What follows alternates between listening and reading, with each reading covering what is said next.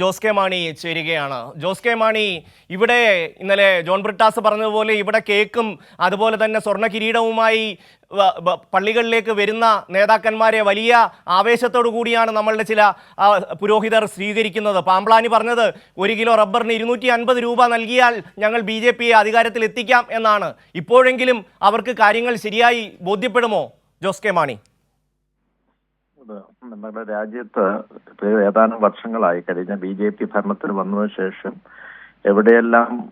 ഏതെല്ലാം സംസ്ഥാനങ്ങളിൽ BJPയുടെ ഭരണമുണ്ടോ അവിടെയെല്ലാം ബോധപൂർവമായ ഇങ്ങനെയൊരു മതത്തിന്റെ പേരിൽ അതല്ലെങ്കിൽ മതപരിവർത്തനത്തിന്റെ പേരിൽ ഇങ്ങനെയുള്ള അക്രമങ്ങളും പീഡനങ്ങളും നടക്കുകയാണ്.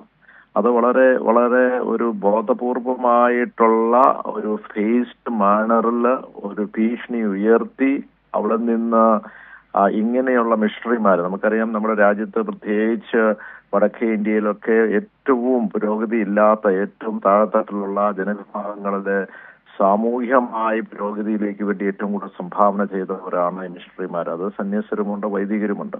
അവരൊക്കെ ഏറ്റവും കൂടുതൽ കഠിനാധ്വാനം ചെയ്ത് വീട്ടിൽ നിന്ന് മാറി വിദൂരത്താണ് ജോലി ചെയ്യുന്നത്. അപ്പോൾ അവരെ നിരുത്സാഹപ്പെടുത്തുക, അത് ഡീമോറലൈസ് ചെയ്യുക എന്ന ലക്ഷ്യത്തോടു കൂടിയാണ് നടക്കുന്നത്. തീർച്ചയായും ഇതിപ്പോ കഴിഞ്ഞ ഏതാനും മാസങ്ങൾക്ക് മുമ്പ് നമുക്ക് പല സ്ഥലങ്ങളിലായി ഇതുപോലുള്ള സംഭവങ്ങൾ നടന്നിട്ടുണ്ട്. ഇത് ഒറ്റപ്പെട്ട സംഭവമല്ല, ബോധപൂർവമായ ഒരു ജനകീയ വിചാരണ, മതവർഗീയവാദികൾ വന്ന് വിചാരണ നടത്തുന്നു, അതിന്റെ അടിസ്ഥാനത്തിൽ കേസെടുക്കുന്നു, കേസ് ആദ്യമേ ഒരു തരത്തിലെടുക്കുന്നു, വീണ്ടും ഘടിപ്പിച്ചുകൊണ്ട് മറ്റൊരു കേസെടുക്കുന്നു.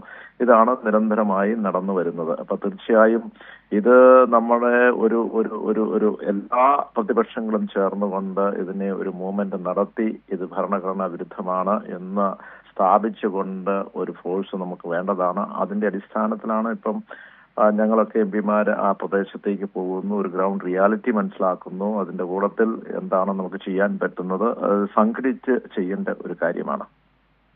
ഇപ്പോൾ കഴിഞ്ഞ മാസങ്ങളിൽ ഒറീസയിൽ നടന്നത്, അതുപോലെ തന്നെ മഹാരാഷ്ട്രയിൽ, ഇങ്ങനെ ഓരോരോ സംസ്ഥാനങ്ങളിൽ ക്രിസ്തീയ ന്യൂനപക്ഷങ്ങൾക്ക് നേരെ വലിയ തോതിൽ ഒറീസയിൽ BJP അധികാരത്തിൽ വന്നതിന് ശേഷം 10 മടങ്ങ് വർദ്ധിച്ചിരിക്കുകയാണ് ന്യൂനപക്ഷങ്ങൾക്ക് നേരെയുള്ള അതിക്രമം. അതായത് ഇവരുടെ ഈ സംഘപരിവാറിൻ്റെ ജാതി ശ്രേണിക്ക് പുറത്ത് മൃഗങ്ങളെപ്പോലെ പൊന്തക്കാടുകൾക്കിടയിൽ ഒളിച്ചു കഴിഞ്ഞിരുന്ന, പകല് പുറത്തിറങ്ങാൻ കഴിയാത്ത മനുഷ്യന്മാർക്കിടയിലാണ് ഈ മിഷണറിമാർ പ്രവർത്തനം നടത്തുന്നത്. അവർക്ക് ഒരു നേരം ഭക്ഷണം കിട്ടിയോ എന്ന് ഇവർ അന്വേഷിച്ചിട്ടില്ല. ഈ മിഷണറിമാരാണ് അവർക്ക് ഭക്ഷണം കൊടുക്കുന്നത്, അവരുടെ ജീവിത സാഹചര്യം അല്പമെങ്കിലും ഉയർത്തിക്കൊണ്ടുവരാൻ ശ്രമിക്കുന്നത്. നിങ്ങൾ അങ്ങനെ ഉയർത്തിക്കൊണ്ടുവരേണ്ട, ഈ ചണ്ടാളന്മാരെന്നും ചണ്ടാളന്മാരായി കിടന്നാൽ മതി എന്നുള്ള സമീപനമാണ് ഇതുമായി ബന്ധപ്പെട്ട് സംഘപരിവാറിന്റെ ബജ്രംഗ് ദളിന്റെ നേതൃത്വം സ്വീകരിക്കുന്നത്. ശ്രീ ജോസ് കെ മാണി, താങ്കൾ പറഞ്ഞ വളരെ വ്യക്തമാണ്, വളരെ ശരിയാണ്. ഇതിനകത്ത് കൃത്യമായി സാമൂഹിക പുരോഗതിക്ക് വേണ്ടി ഈ മിഷണറിമാർ ജീവൻ മുഴുവൻ അവർക്ക് വേണ്ടി ത്യാഗം ചെയ്ത് പ്രവർത്തിക്കുമ്പോൾ അവരെ പേടിപ്പിച്ച് ഭീഷണിപ്പെടുത്തി പീഡിപ്പിച്ച് അവിടെ ആ മേഖലയിൽ നിന്ന് തുരുത്തി പുറത്തേക്ക് കൊണ്ടുവരിക എന്നുള്ള ലക്ഷ്യം അതാണ്. അതിന്റെ ഭാഗമായിട്ട് നിയമം അവർ കൈകാര്യം ചെയ്യുന്നതാണ്. അത് കൃത്യമായി എവിടെയെല്ലാം BJP ഭരിക്കുന്നു അവിടെയെല്ലാം ഇത് നടക്കുന്നുണ്ട്. വ്യക്തമായ ചില കാര്യങ്ങളൊക്കെ റിപ്പോർട്ട് ചെയ്യുന്നു എന്നുള്ളതേ ഉള്ളൂ. അവിടെയുള്ള